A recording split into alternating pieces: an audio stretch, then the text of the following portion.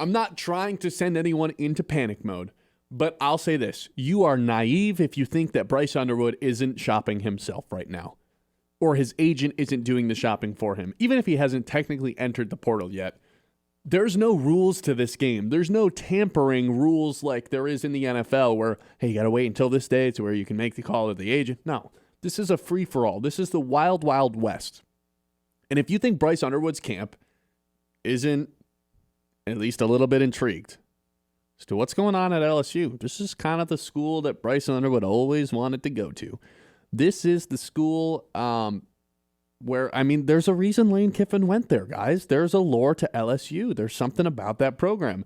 He just watched himself have a pretty insignificant season at Michigan, and I would be shocked if this 18-year-old kid didn't think this was partially due to the coaching staff and not getting the correct coaching and developing under Chip Lindsey and Sherrone Moore. And Sherrone Moore can be a great guy. Does he know how to develop a quarterback? Completely TBD.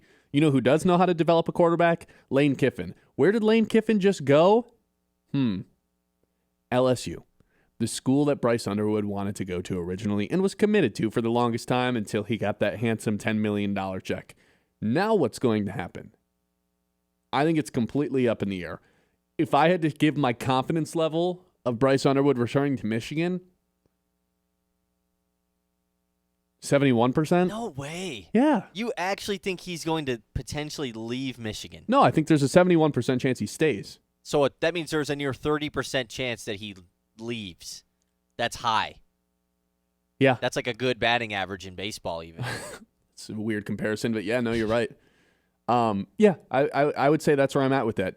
Nothing surprises me anymore in this sport, though. Nothing. There is no loyalty. There are no contracts. This is the wild, wild west. It doesn't matter what this guy said he would do a year ago. It doesn't matter what he said he would do 2 years ago. He could go.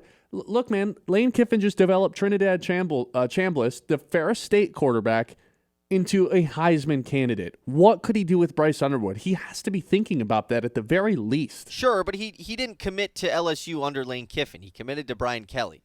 Like, I think that plays into it a little bit. 100%.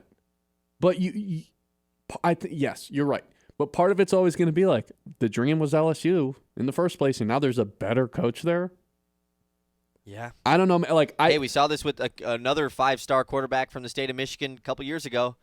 Dante Moore? Dante Moore commits to Oregon and then decommits to go to UCLA so he can be a starter year one, goes back to Oregon, sits under Dylan Gabriel for a year, and now Dante Moore has been – I saw an NFL mock draft yesterday that had him go number 1 overall.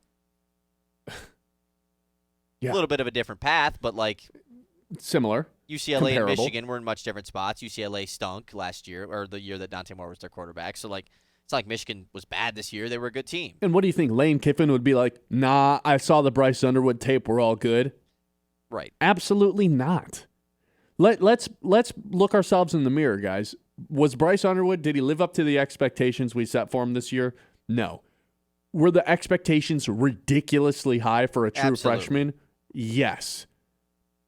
Do we think the kid with $12 million or however much it ended up being is partially thinking, Can I get some more money?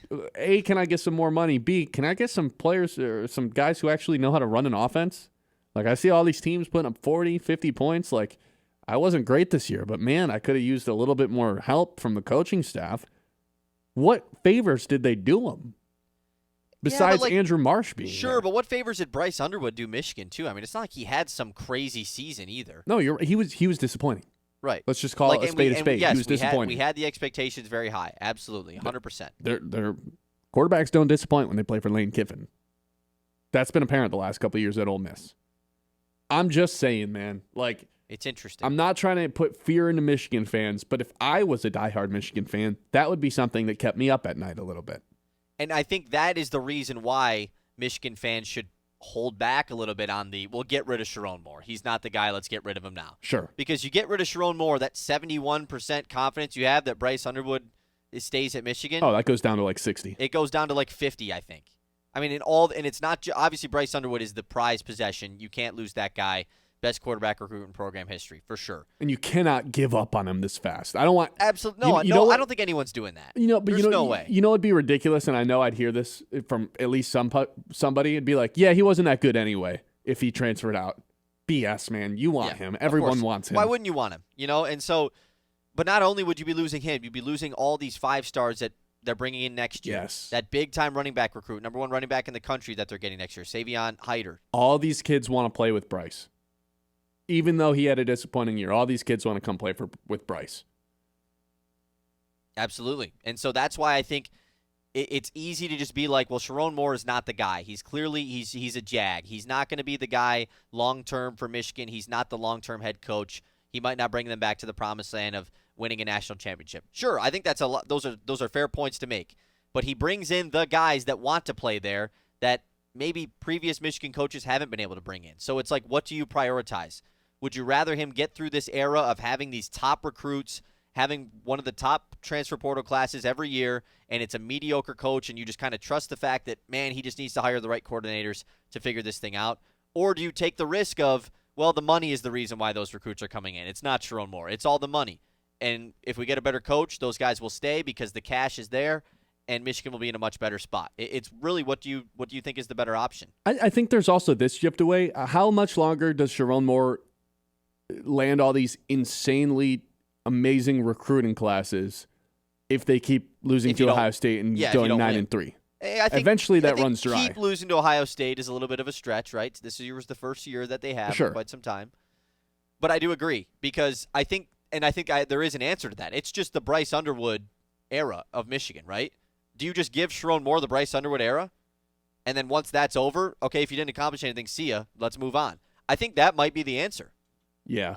As bad as it sounds, as bad as Michigan fans probably don't want it to last that long, you also want Bryce Underwood. 2 more years. You also want Bryce Underwood to be on the team, right? Like, and if Sherrone Moore's here, I feel confident that Bryce Underwood will be as well. I mean, if you say you don't want Bryce Underwood after one season, I think you're ridiculous. just a liar. That's ridiculous.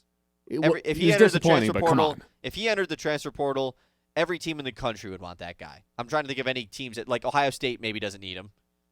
Texas probably doesn't. They probably need him. just wouldn't take him for the sake of it. Right, but I'm just teams. There's a very few teams that wouldn't need Bryce Underwood to be on their team next season. But they'd all take him. Texas would take him, right? Sure.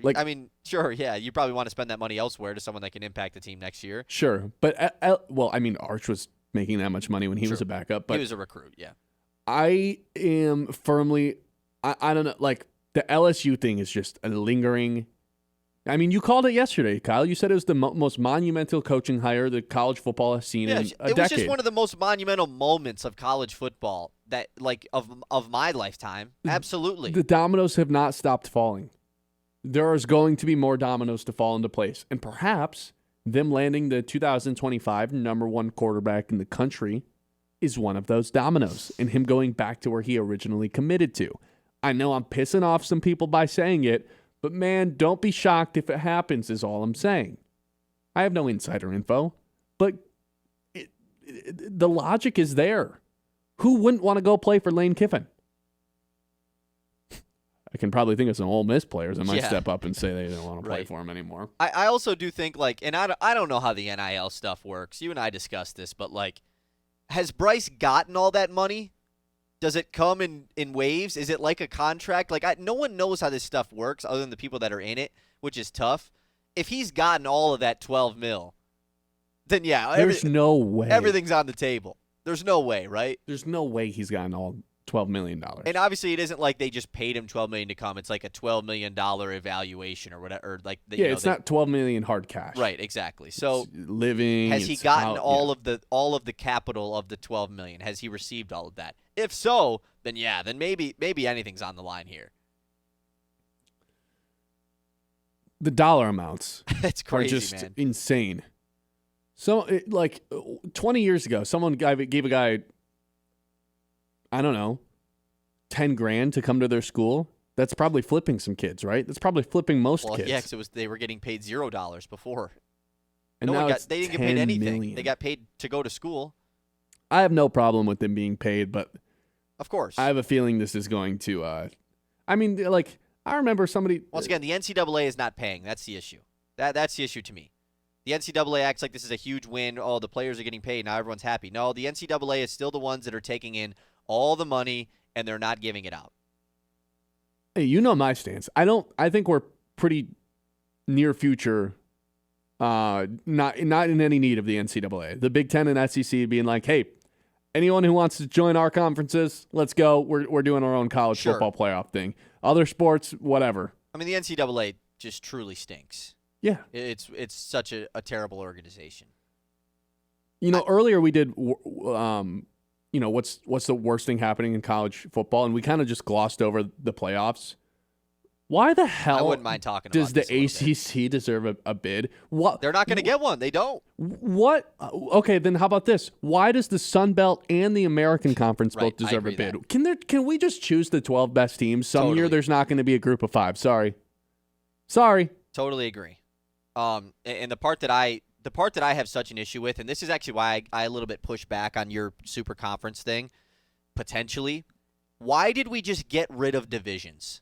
I understand that, the Big Ten was loaded on this side or the other. The fact that Duke is in the ACC championship game because of unranked, a fourth down the list, you got to really go to the ACC website, go to the tiebreakers page, and scroll for a while before you find the reason why Duke made it in, because there was 4 or 5 teams tied for that second place spot, and somehow Duke, who lost a head-to-head to several teams that are above them, somehow, I know I'm not trying to do a MAC thing here, but Miami, Ohio, who's in the MAC championship game, lost to the 2 other teams that they're tied with, and they're in the MAC championship game. These tiebreakers are ridiculous. We're seeing this in every conference. And they're going to happen every single year. They're going to happen every single year. Every year. And you know what was never an issue with tiebreakers? Divisions. Oh, the team that won the division, because they all played each other. The tiebreaker was head-to-head. You play every team that's on your side. It's frustrating. The tiebreakers, to me, that might be the biggest issue in college football. I mean, that stuff is so annoying. No, just wait until James Madison without a coach is in the college football playoffs. Then we're going to have discussions about what the biggest issue is. Yeah, James Madison, their coach left. He goes to UCLA. So if they win, what if it's Ole Miss, James Madison, round 1? 2 coachless teams. They should just put those 2 teams against each other. Teams. Why on earth is there 12 teams in the college football playoffs? And why deserve to win? You're right. Why are there 12 teams in the college football playoffs? It's way too many. I don't think 12 teams can win the title. And why are we gifting titles to the Sun Belt Conference? They clearly shouldn't be in this. Why can't we just choose the 12 best teams if we're going to do the 12 best teams? Right, and that's my issue. Everyone is like, well, then how, these teams have to be given a chance to compete for a national title. If they run the table and go 12-0 and win their conference, they'll be in, sure. I promise. Do we also not remember how it used to be? They used to just pick 2 teams to play for the national title. That's all it was. Oh, yeah, those 2 teams, they'll play for it this year. There was not even so the fact that we're all all of a sudden now well, but the group of 5 teams, they have to be given a chance to fight for something. No, they don't. Let's be realistic. Is a group of 5 school ever? Let's go 10 years.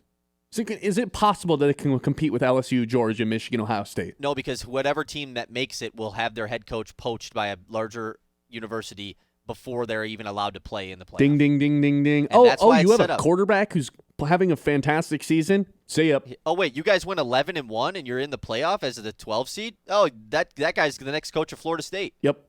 It literally is happening right now with James Madison. They might win their playoff Tulane's game. coach is in Florida. Oh, my God. Well, but Tulane's coach is going to coach, John Summerall is going to coach the playoff. They're allowing him to do that. But still, it's the way that the system is set up is terrible. I fall out of love with the sport every year. That's what I'm saying. The people that say college football is better than the NFL, I cannot believe that. Maybe it used to be. I loved the 14 playoff. I was never upset. Until that last year rolled around, I thought they nailed it basically every single season. See, it's not even the fact that the 12-team playoff is the issue to me, because it's well, we're going to get down to the 4 best teams anyways, because if we truly believe that those teams at the bottom aren't that good, then they're just going to lose. They're just playing kind of extra games for no reason. But then it screws over them for the following season. Right. Because they can't recruit. Yeah, the way that everything is set up in college football is terrible, and them damn tiebreakers, oh my goodness. I mean, I cannot – that stuff is so annoying to me. Why can't we get back to divisions?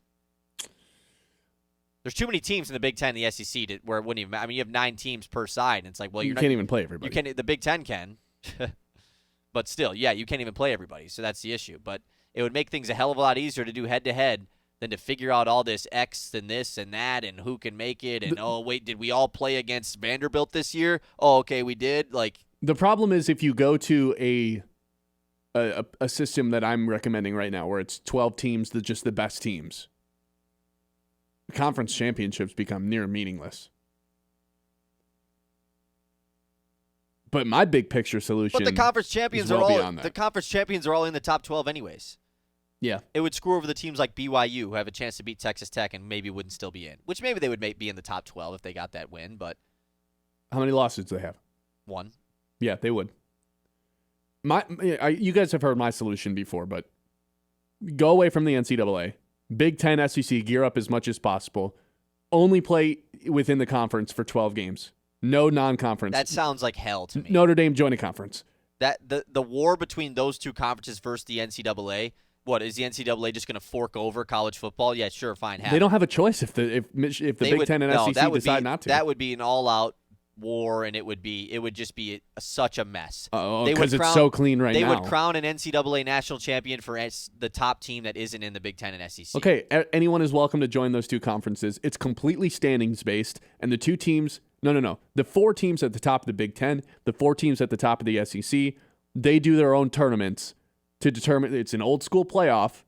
It's a 4-team playoff in each conference. Big Ten champions crowned, SEC champions crowned. Those two play for a national championship. That's my solution. Quick question before we go to break. Yeah, we're overdue. When did they have they announced the new change for the college football playoff next year? Wasn't that deadline like December 1st? Yeah, and then they delayed it to December 22nd. Oh, January 23rd they've delayed it to actually. Nobody has any idea what to do. Awesome. Nobody has any idea. No clue. Pat Fitzgerald, he's back with Michigan State. That's when we come back. This is the Ben Bosscher Show, live right here on 100.9.